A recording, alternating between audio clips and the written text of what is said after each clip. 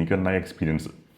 So ഞാൻ ഈ പറയുന്ന മുന്നേ പറഞ്ഞ 3 ക്ഷേത്രങ്ങൾ, അതായത് ഈ പറയുന്ന പോലെ ഉടുപ്പിയിലെ കൃഷ്ണ ഭഗവാനെ തൊഴുതു. അത് കഴിഞ്ഞിട്ട് നേരെ ചെന്നത് തലക്കാവേരി. അത് കഴിഞ്ഞിട്ട് ഒരു ദിവസം കംപ്ലീറ്റ് സൗപർണികയിൽ മുങ്ങി കുളിച്ചു. അമ്മേനെയൊക്കെ 3 നേരം തൊഴുതു. അവിടുത്തെ ഭക്ഷണവും അവിടുത്തെ പ്രസാദമൊക്കെ കഴിച്ചിട്ട് ഭയങ്കര ലൈറ്റായിട്ട്, ഭയങ്കര ഊർജ്ജം, ഫുള്ളി ചാർജിലായിട്ട് നിൽക്കുന്ന സമയത്താണ് ഞങ്ങൾ ഗോകർണയിൽ ഒരു 4 മണി 6 ക്ഷേത്രത്തിൻ്റെ നിന്നത്. എൻ്റെ ഗുരുനാഥൻ കുറച്ച് ബാക്കിലാണ് നിന്നത്. പക്ഷേ കുറച്ച് നേരം കഴിഞ്ഞ് കഴിഞ്ഞപ്പോഴേക്കും തന്നെ ഞങ്ങൾക്ക് ഭയങ്കര പ്രശ്നങ്ങൾ വരാൻ തുടങ്ങി. അത് ഞങ്ങൾക്ക് കാണാൻ പറ്റുന്ന ഡിസ്റ്റൻസിലാണ് ഞങ്ങൾ രണ്ടുപേരും നിൽക്കുന്നത്. ഇങ്ങനത്തെ ക്യൂ ആണ് നിൽക്കുന്നത്. ഞാനിവിടെയാണെങ്കിൽ കുറച്ച് ഇതിന് അപ്പുറത്താണ് ഗുരുനാഥൻ നിൽക്കുന്നത്. കുറച്ച് നേരം കഴിഞ്ഞപ്പോഴേക്കും ഭയങ്കരമായിട്ട് പ്രശ്നങ്ങൾ, അതായത് പ്രശ്നമെന്ന് പറയുന്നത് പിന്നീട് ഇത് കൂടുന്നതുള്ളൂ, കുറയുന്നില്ല. ഭയങ്കരമായിട്ട് വേർക്കാൻ തുടങ്ങുന്നു. നമ്മുടെ ക്യൂവിൻ്റെ സൈഡിൽ വന്ന് നിന്നു.